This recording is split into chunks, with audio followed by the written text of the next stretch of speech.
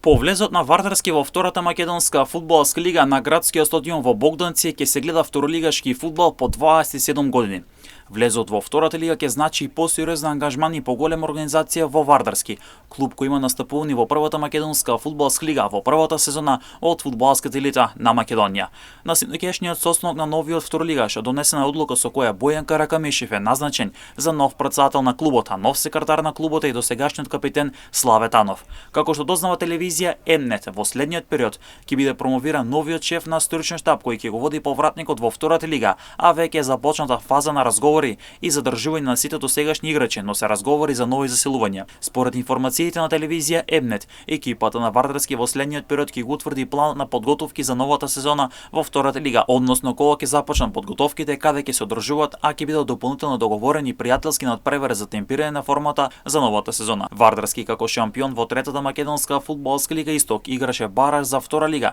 и истиот го доби откако во Маđари на Борис Трајковски славеше со резултатот 3-2 над шампион на трета лига Југозапад екипата на Кора Подебар.